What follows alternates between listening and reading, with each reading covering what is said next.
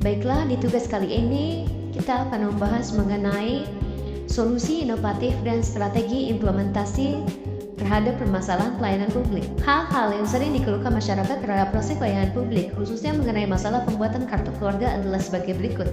1. Terjadinya diskriminasi dalam memberikan pelayanan.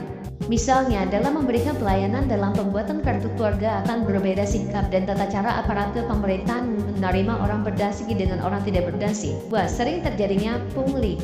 Dalam memberikan pelayanan publik, biasanya para petugas menawarkan dua cara kepada masyarakat, yaitu cara cepat dan lambat. Cara cepat inilah yang kita maksud sebagai proses pungli. Biasanya cara cepat ini membutuhkan biaya yang tinggi. Dalam hal ini yang menjadi korban adalah masyarakat yang tidak memiliki uang atau masyarakat miskin. 3. Tidak adanya kepastian. Dalam memberikan pelayanan publik juga instansi pemerintahan biasanya tidak memberikan kepastian, baik itu dari waktu dan biaya yang dibutuhkan. Hal-hal yang harus dilakukan untuk memperbaiki pelayanan publik, khususnya pembuatan kartu keluarga, di antaranya 1. Memperbaiki sistem rekrutmen.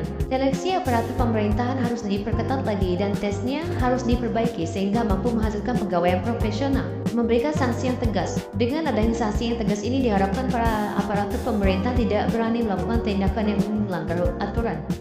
Mempermudah proses. Pembuatan kartu keluarga yang bisa dikatakan berbelit-belit sering mengundang untuk jadinya pungli.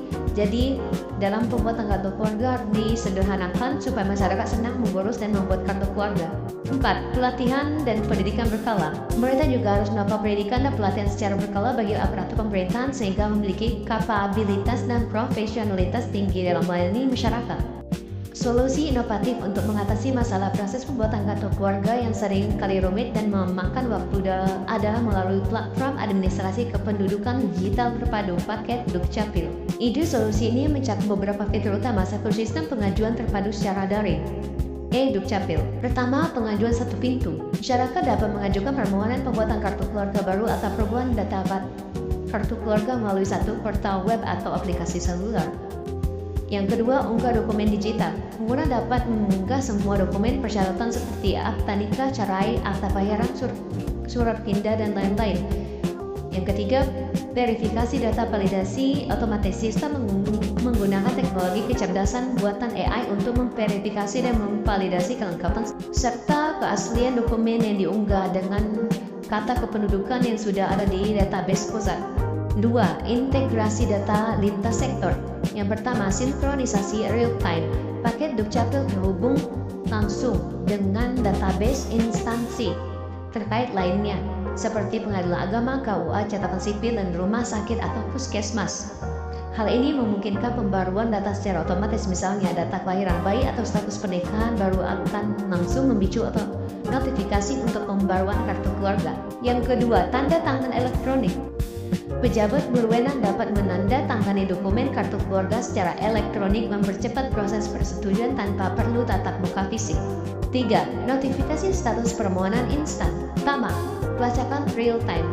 Pemohon dapat melacak status permohonan mereka secara real time melalui aplikasi atau portal sehingga mengetahui persis tahap mana yang sedang berjalan. Yang kedua, pemberitahuan otomatis. Pengguna penerima notifikasi melalui SMS, email, atau pesan dalam aplikasi setelah setiap perubahan status. 4.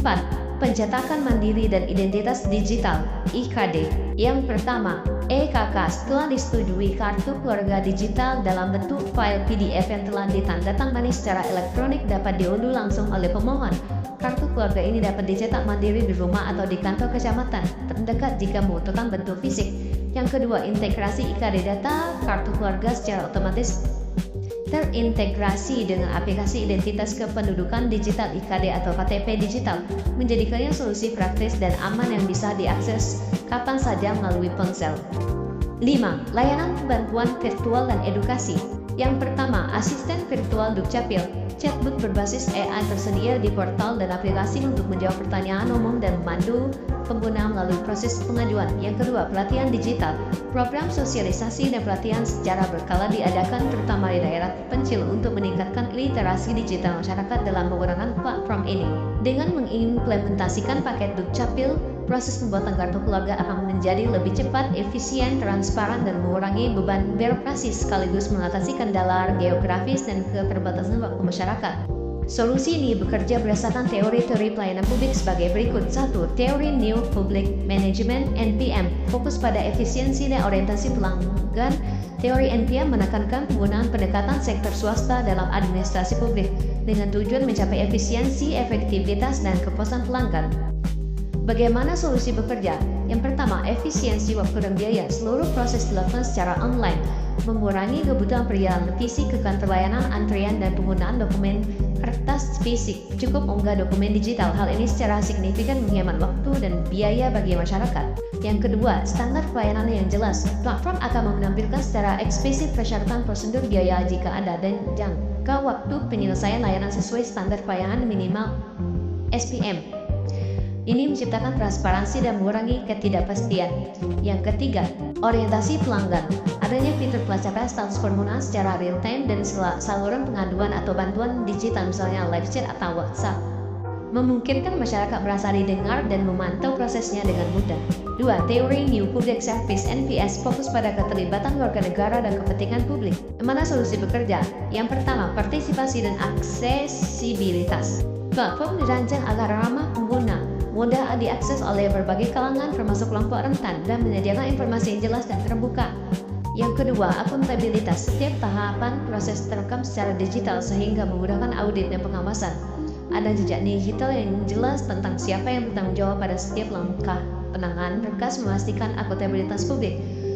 Yang ketiga, responsif. Data yang terkumpul melalui platform dapat digunakan untuk menganalisis hambatan pelayanan, misalnya keluhan berulang tentang jenis dokumen tertentu, dan memungkinkan pemerintah untuk merespons serta meningkatkan layanan secara berkelanjutan.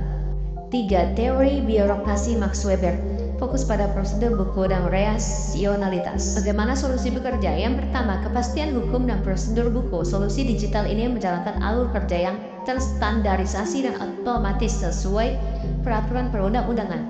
Setiap permohonan diproses secara konsisten, menghilangkan diskresi petugas yang berpotensi menyebabkan perlakuan tidak adil dan diskriminatif. Yang kedua, spesialisasi dan profesionalisme. Petugas yang memvalidasi data di balik sistem adalah personel terlatih yang fokus pada tugas spesifik mereka dalam alur digital, meningkatkan keahlian dan mengurangi kesalahan manusia. Berikut adalah rincian dampak positif dalam pembuatan kartu keluarga digital bagi masyarakat. 1. Akses yang lebih mudah dan cepat. 2. Menghemat waktu dan biaya. 3. Tidak perlu fotokopi dokumen. 4. Anti hilang dan rusak. Bagi pemerintah, yaitu 1. Meningkatkan efisiensi administrasi. 2. Data yang akurat dan terjamin keamanannya. 3. Mengurangi pemalsuan dokumen. 4. Dasar pengambilan kebijakan yang tepat. 5. Mendukung e-governance. Mungkin itu saja yang bisa saya sampaikan. Jika ada kesalahan kata, saya mohon maaf. Terima kasih.